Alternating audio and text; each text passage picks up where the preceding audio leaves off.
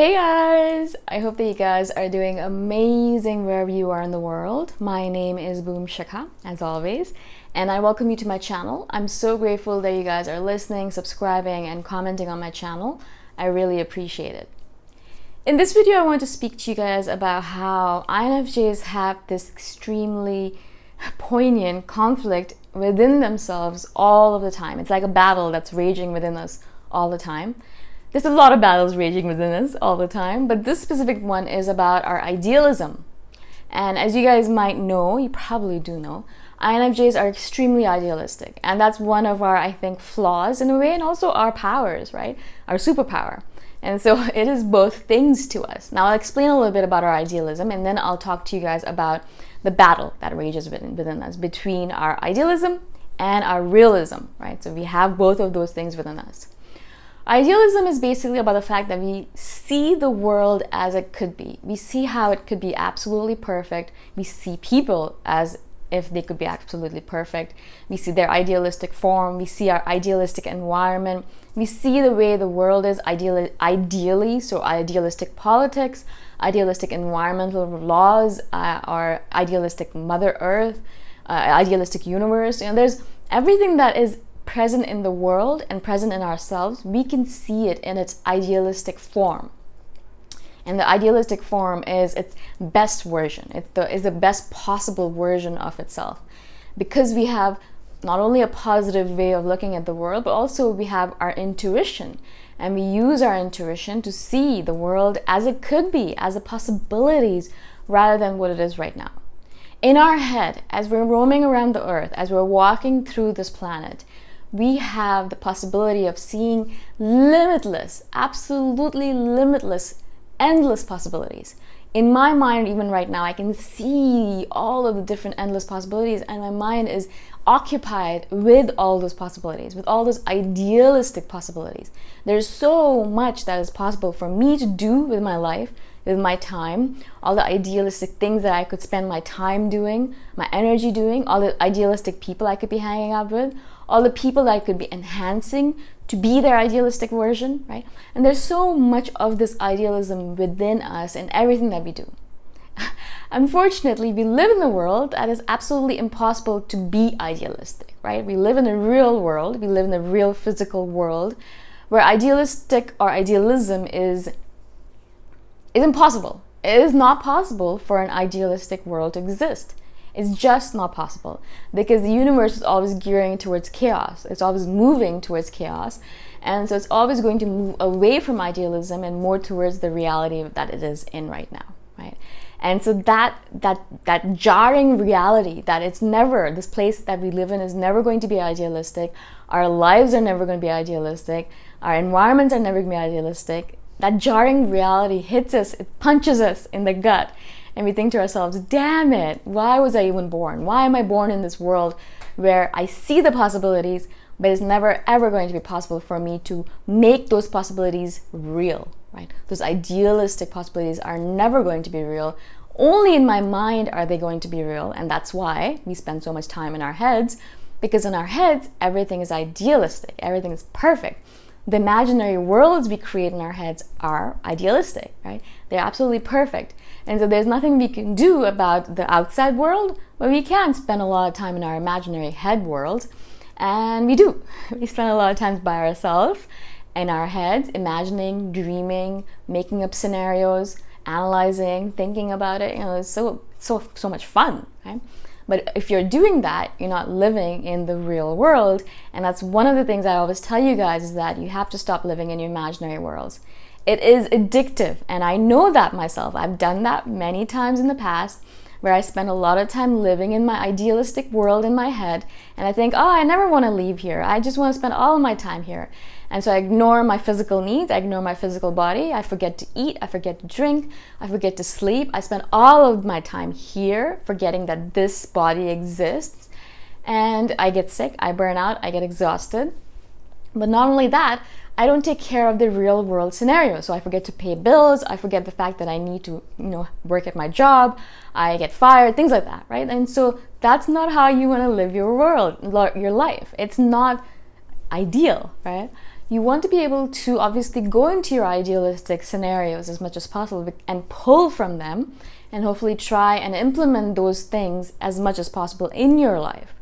But as you are on this planet right now, you're a physical human being, and you live in this physical realm. And in order to live in this physical realm, you have to live in a world based in reality. You have to realize what is real here around you and live as much as possible in reality. Now, a lot of the reality that we're faced with is extremely harsh, and we sit there thinking to ourselves, wow, really, do I have to live in this world? Why can't I just escape into my head world or in my dream world? They're so much better. And I think that's one of the reasons I spent so much time writing all of these science fiction novels, because they're my ideal world. Like, I'm trying to create idealistic worlds in there. And so I'm not saying that don't go into your idealistic worlds at all. I'm not saying that. Go into them, obviously. You know, that's part of our journey, part of who we are as INFJs. But remember to come back to reality as much as possible. Now, within us, as I said, there rages this battle between idealism and realism. And that's exactly what it is, right? We know the possibilities. We see the possibilities. We see and imagine them, and we can see them so clearly in our heads. And we're so excited about it, right? And we want to make it happen. It's like, I really want to make it happen. And so we have this idealistic view, whatever might be off, right? For example, I'll use a simple example. I could use an example of our body. And we have a physical body, and we have an idealistic view of it. So we can think of it as, I want my perfect body, right? And a lot of people on this planet are working on that goal. They want the six-pack, they want the big bum, they want the abs, they want the shoulders. Well, I don't know, a lot of things will happen there. And so they're thinking about their perfect body, their ideal body. And so I don't know if INFJs really care about that stuff. So that's a poor example. But anyways, if you're working towards that ideal body in your head, you see it in your head first, right? You have to see it in your head first. You have to imagine it, you have to think about it, you have to dream about it, you have to realize what it looks like. And then you go into the real world and you try to make it happen. You do push-ups, you do squats, you run, you go swimming, you go do CrossFit, whatever it might be that your strategy might be. But you try to emulate that ideal body in your head in the real world. Now, you're not going to reach the ideal body, obviously. It's never going to be perfect, absolutely perfect. But you can come close, perhaps, or as close as possible, right? And same thing with our ideal jobs. We have this idea in our head, and I had this idea for the longest time when I was younger, that I want to find my ideal job. And I'm not going to get a job until I have my ideal job. I'm not going to work. I'm just going to, sit at home. I had all these random ideas in my head. Of course, in my head, the ideal job looked a certain way. But whenever I'd go for an interview or I'd go searching for that ideal job in the world, in the real world, the real jobs always fell a little bit short, a lot short sometimes, right? And it was just like, am I ever going to find it, right? Obviously, as I said, battle rage between those two scenarios, my idealistic view of the job and my realistic view of the job. And eventually I had to settle somewhere in the middle.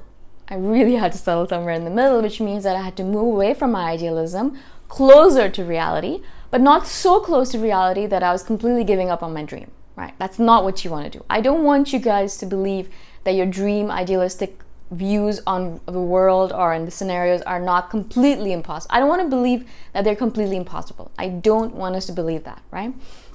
Because that's when hopelessness comes in, right? And so yes, of course, you're not going to reach your idealistic view of whatever it is, but you can come close to it, as close as possible. And that in itself is a great strategy for it. I think that's the perfect strategy for anything that you might do in your life, right?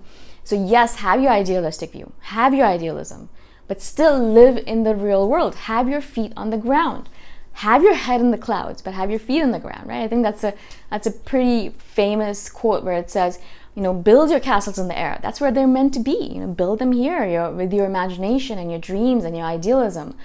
But make sure to put the foundations on the ground, or make sure to build foundations underneath your castles, because it needs that. It needs the physical, real foundation, because your dream castles are going to dissipate into bubbles and just float away if you don't put foundations underneath it. You need to have real physical foundations underneath your dreams, right? Now, I'll give you an example from my own life. For the longest time, I wanted to be location independent, right? I wanted to be who I am right now, basically. And I was like that since I was, I think, 21, 22 years old. I was dreaming about it. Now I'm 35, so it's a long time. And so at that point, I think to myself, I want to be able to work at something that doesn't require for me to stay in one place for the rest of my life, because I felt so suffocated and restricted if I had to stay in one place for the rest of my life. Okay? And so I had that idealistic view where I would get a job writing. That's what the first thing I was deciding was. Maybe I'll become a travel writer. So I'll get a job writing as a travel writer, and I'll roam the earth free as a bird, right? Very idealistic, right? And then as time went on, I tried a bunch of different things. I tried this, I tried that, I tried so many things. Oh my God. Eventually settled out to what I'm doing right now, which is a bunch of random little things, a hodgepodge of different things that give me the income that allows me the capacity to live anywhere in the world as long as there's an internet connection, right? And so it's not absolutely idealistic, absolutely not. It's far away from it. But I'm in the real world right now. I'm actually doing it. I'm actually able to be location independent. And that in itself is powerful, because I did dream it and there was an idealistic view of it. But then I had to work in the real world, right? And I did. And as long as I worked in the real world, I was able to fulfill it in a certain manner. Not completely idealistic, but absolutely perfect for me right now in this moment in time. Right? I hope this makes sense to you guys. I did speak about a lot of different things in this video, but I hope I was able to convey my ideas to you. If you guys have any questions about this video topic or any other topics at all, please message me anytime. All of my contact information is in the description below. And I shall see you guys in the next video. Bye for now.